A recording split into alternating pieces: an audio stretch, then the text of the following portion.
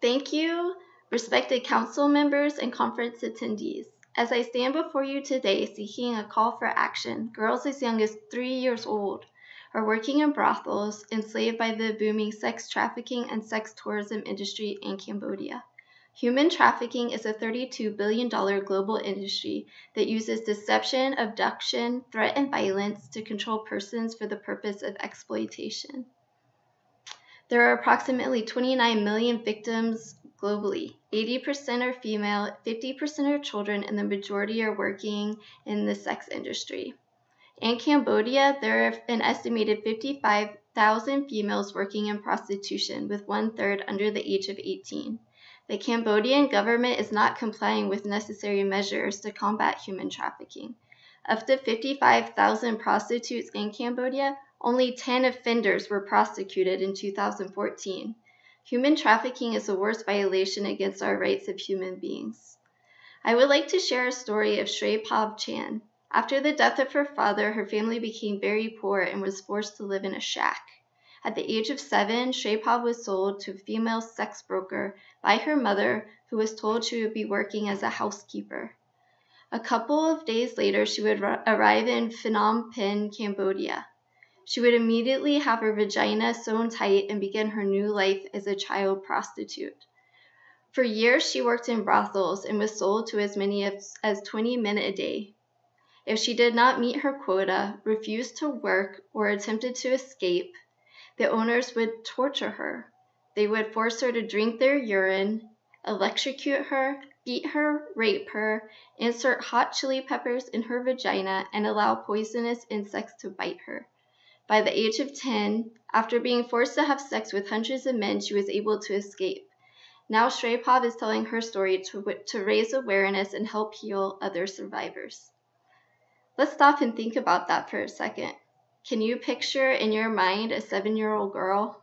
She should be playing with dolls, receiving an education, and being protected by her parents. Shrey Pav was instead tortured, forced to have sex with hundreds of men, and is now at risk for HIV and AIDS. In Cambodia, approximately 20% of child prostitutes aged 10 to 14 are HIV positive. Virginity is a hot commodity in young girls. Due to the misguided belief that virginity can cure HIV, paired with the morally corrupt government, Cambodia has become a popular sex tourism location for pedophiles and HIV-positive men. There are thousands of other girls just like Shrey Pav, and their plight demands deserve our action. They should have the right for a fun-loving childhood free from sexual violence, abuse, and infectious diseases. They should be able to be educated and live a normal, healthy, prosperous life. Extreme poverty, gender inequalities, and decreased access to education are a few of the factors that put women and young children at risk for human trafficking. Traffickers prey on poor families because they are vulnerable and desperate for money. These defenseless parents are deceived when promised a better life for their child. The traffickers gain trust by misinforming the parents that their children will be learning a trade or having better work or educational opportunities. Because these families are uneducated and living in poverty, they sell their children for the promise of a brighter future. Many times, the traffickers are relatives or even respected members of the community, which makes it easier to coerce the family. So how can we begin to combat this horrendous issue that robs young children of their basic human rights? Improving gender equalities and promoting education are part of the Millennium Developmental Goals.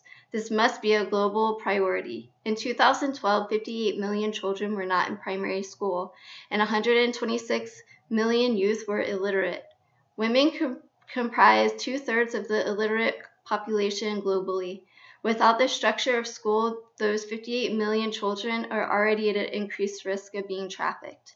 So why will educating our youth, especially girls, decrease human trafficking?